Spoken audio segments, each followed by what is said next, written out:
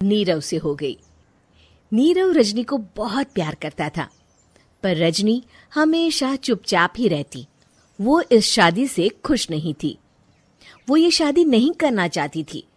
उसे तो हमेशा से पेंटर जो बनना था। अपने इस सपने को वो नहीं पूरा कर पाई, इसलिए वो हमेशा उदास रहती थी। रजनी, बहुत ही बढ़िया फिल्म लगी है, कल देखने चले?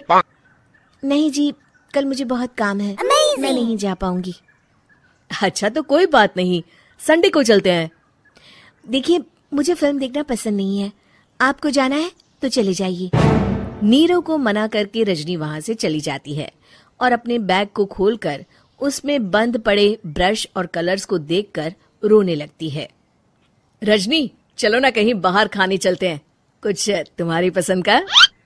जी मुझे नहीं जाना, मेरी तबीयत ठीक नहीं है। रजनी वहां से चली जाती है। नीरव को समझ नहीं आता कि रजनी उससे इतना दूर क्यों रहती है। वो जब भी उसके साथ वक्त बिताना चाहता है, रजनी कोई ना कोई बहाना बना देती है। एक दिन घर पर कोई नहीं था। रजनी घर का सारा काम जल्दी से खत्म कर लेती है। घर पर अकेले होने के कारण वो सोचती है कि वो आज पेंटिंग करेगी। वो अपने कमरे में जाकर पेंट ब्रशेस और कलर्स निकालकर जैसे ही कलर मिक्स कर रही होती है कि दरवाजे पर बेल बज जाती है। अब कौन आ गया इस वक्त? इतनी मुश्किल से तो मुझे पेंट करने का मौका मिला है। रजनी दरवाजा खोलती है तो उसकी सास अपनी सहेलियों के साथ खड़ी होती है और सब घर के अंदर आ जाते हैं। अरे बहू, सबको शरबत बनाकर पिला दे, बाहर तो बड़ी गर्मी है। उफ। जी। रजनी पेंट ना कर पाने से उदास हो जाती है। उसे गुस्सा भी आ रहा होता है कि उसने इस शादी के लिए हाँ क्यों कह दी। वो रसोई में जा रही होती है कि उसकी सास उसे रोकती है। बहू, सबके खाने का भी इंतजाम कर लेना, आज का लंच तो ये सब यहीं करेगी। हाँ। रजनी बिना कुछ कहे रसोई में चली जाती है। सबके लिए खाना बनाती है।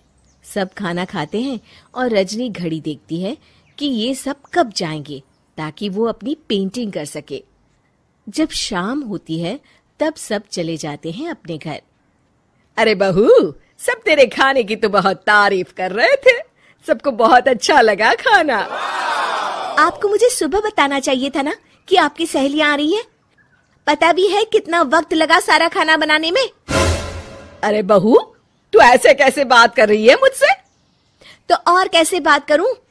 मैं इस घर की कोई नौकरानी नहीं हूं कि इतना काम करूंगी। रजनी अपने कमरे में जाकर दरवाजा बंद कर लेती है। शाम को जब नीरव आता है तो उसकी माँ उसे पूरी घटना के बारे में बताती है। क्या रजनी ने आपसे इस तरह बात की माँ? हाँ, और पता नहीं उसे क्या हो गया है, शाम से बाहर भी नहीं आई है। मैंने तो कई बार आवाज दी, खाना भी नहीं खाया उसने। तू ही बात करके देख ले बेटा। नीरव अपने कमरे का दरवाजा खटखटाता है। रजनी, दरवाजा खोलो, मैं हूं। रजनी दरवाजा खोलती है और फिर वापस जाकर अपने बिस्तर पर लेट जाती है। रजनी, माँ से बात करने का ये क्या तरीका है? मैंने कोई गलत बात नहीं की है। अरे तुम क्यों ऐसे बर्ताव कर रही हो सबके साथ? क्या तुम इस शादी से खुश नहीं हो? रजनी कुछ नहीं बोलती।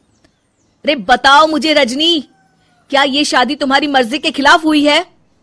हाँ, मैं ये शादी कभी नहीं करना चाहती थी। तुमसे क्या, मैं किसी से भी शादी नहीं करना चाहती थी। रजनी रोने लगती है।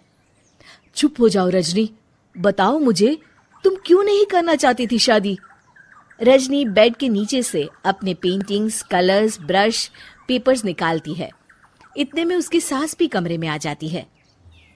ये देख रहे हो, ये थे मेरे सपने। मैं पेंटर बनना चाहती थी, पर माँ पापा ने कभी सपोर्ट नहीं किया और मेरी शादी करवा दी। मेरे सारे सपने टूट गए। हर वक्त बस गुस्सा आता रहता है मुझे। मैं जानती हूँ कि आप लोगों की इसमें कोई गलती नहीं है, पर मैं क्या करूँ, मुझे समझ में नहीं आता।